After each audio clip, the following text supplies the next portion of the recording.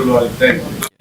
Apakah ada batas kan? Akhirnya kalau ibadah sholat kan ada awalnya takbir, akhirnya salam. Kalau birrul walidain itu seperti apa? Baik, seseorang bertanya kepada Ibnu Abbas radhiyallahu taala anhuma. Riwayat ini viral sekali. Ya, pertanyaannya sederhana. Jadi ketika beliau sudah berusaha merawat ibundanya sampai dengan optimal dan sampai meninggal dunia, lalu dia berkata, saya alhamdulillah telah membalas budi orang tua saya seperti ia merawat saya saat kecil. Ya, saya telah membalas sampai ibu saya meninggal, saya balas perawatan itu seperti ibu saya merawat sejak kecil. Apa komentar Ibnu Abbas radhiyallahu taala anhuma? Kata beliau, tetap tidak akan kau pernah penuhi bakti ibumu kepadamu dengan baktimu kepada ibumu. Bukankah ibumu merawat engkau supaya engkau hidup dan tumbuh, sedangkan engkau merawatnya menuju kematian ibumu. Engkau mengharapkan kematiannya, sedangkan ibu mengharapkan kehidupanmu. Di sini Ibnu Abbas itu seorang penafsir Quran yang legalitasnya langsung dari Nabi sallallahu alaihi wasallam. Allahumma faqihhu fid din wa 'alimhu ta'wil. Dan beliau meriset ternyata ayat-ayat Quran dan hadis-hadis Nabi Muhammad sallallahu alaihi wasallam yang menunjukkan tidak ada batas pengabdian dan bakti kepada orang tua. Apa indikasinya? Jangankan hidup, saat meninggal pun masih ada ibadah yang pahalanya diteruskan untuk orang tua. Pernah dengar badal haji dan umrah? Ya, untuk orang tua, bukannya orang yang sudah tidak ada, kalaupun tak mampu dia kerjakan atau sudah wafat. Dan ternyata bukan hanya badal haji dan umrah, ada badal puasa. Seorang datang kepada Rasulullah, ya Rasulullah, ibuku meninggal, aku ingin berbuat baik, boleh nggak puasa untuk ibu? Kata Nabi, lakukan. Pernahkah dengar kita bagaimana kita seseorang menyembelih saat korban diniatkan kepada orang tua yang telah meninggal? Ada dalilnya, dan boleh dilakukan. Imam Ahmad bin Hanbal juga akan menegaskan itu. Jadi batas kepada orang tua itu tidak ada batasnya sampai katapun sepanjang kita masih berkehidupan. Bahkan kalau ingin wafat pun masih berbuat baik, ada lagi Pak. Bagaimana caranya? Di hadis Muslim dengan 9 lafaz. Ya, idza matal 'abdu atau idza matal insan inqata'a sa'iru 'amali illa min thalathatin. Jika wafat seorang manusia yang beraktivitas, terputus semua amalnya kecuali 3. Apa itu? 1. Shadaqatin jariyah, sedekah yang terus mengalir. Ada seorang anak, ibunya bapaknya sudah meninggal, dia mau sedekah karpet misalnya di musola ini Pertamina, atau sedekah baca mushaf Quran, disimpan di situ. Lalu anak ini meninggal, mushafnya masih ada. Ya, karpetnya masih ada. Itu kalau disujudin, dibacain terus, bukan hanya untuk anak itu, karena konsep dasarnya untuk wakaf orang tua atau sedekah untuk orang tua, ngalir ke orang tuanya juga.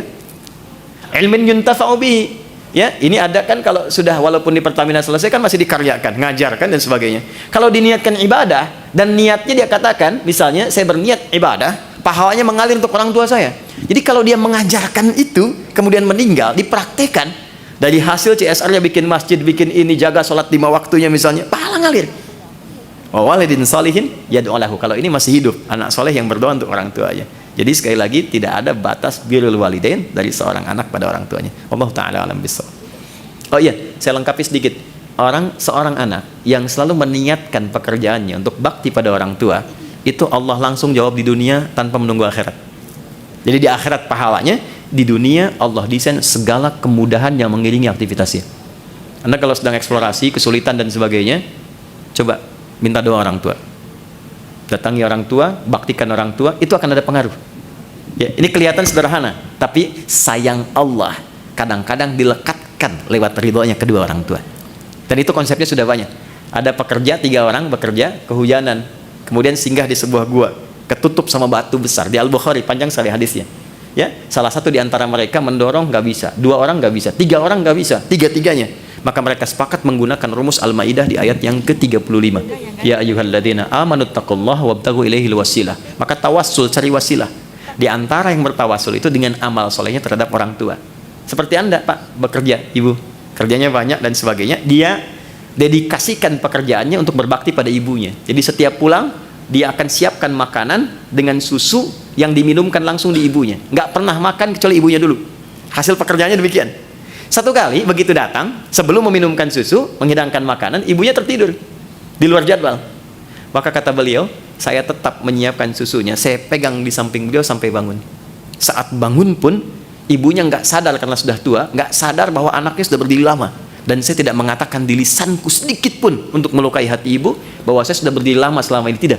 Saya tetap minumkan dengan penuh bakti dan memohon taat kepada Allah. Ya Allah, jika memang amalan itu menjadikan ini bernilai di dalam dirimu, bernilai darimu, maka mohon bebaskan kami dari kungkungan batu ini. Didorong menggelinding batunya. Dan sudah banyak kisah termasuk dosa-dosa yang ingin ditobati. Ibnu Abbas mengatakan, apa ibumu masih hidup? Ayahmu masih hidup?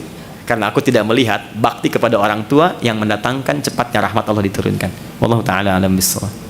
Terakhir, satu lagi. Masih ada? Maksudnya batas minimalnya Pak. Untuk harta atau untuk ibadah? Tadi batas minimal birrul walidain itu Batas minimal untuk berbakti pada orang tua adalah berdoa. Itu paling minimalnya. Ya, karena itu banyak doa di Quran disebutkan, termasuk di Quran surah ke-17 misalnya ayat 23 sampai 27, itu yang kita bawa ke dalam keseharian kita. Rabbighfirli wa liwalidayya warhamhuma kama rabbayani shaghira. Nanti menariknya begini, nanti kalau waktu ada yang lebih luas lagi kita bisa rincikan.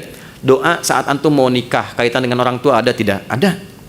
Doa saat antum bekerja dapat proyek nih sukses. Ada lagi doanya dengan orang tua. Dan itu komplit. Quran surah 46 ayat 15 misalnya. Doa saat sedang berkeluarga nih, terus kita merasakan, karena akan dibalik apa yang kita perlakukan ke orang tua, antum punya anak itu akan berbalik tuh, karakternya akan sama. Nah saat itulah antum merasakan itu, cepat berdoa.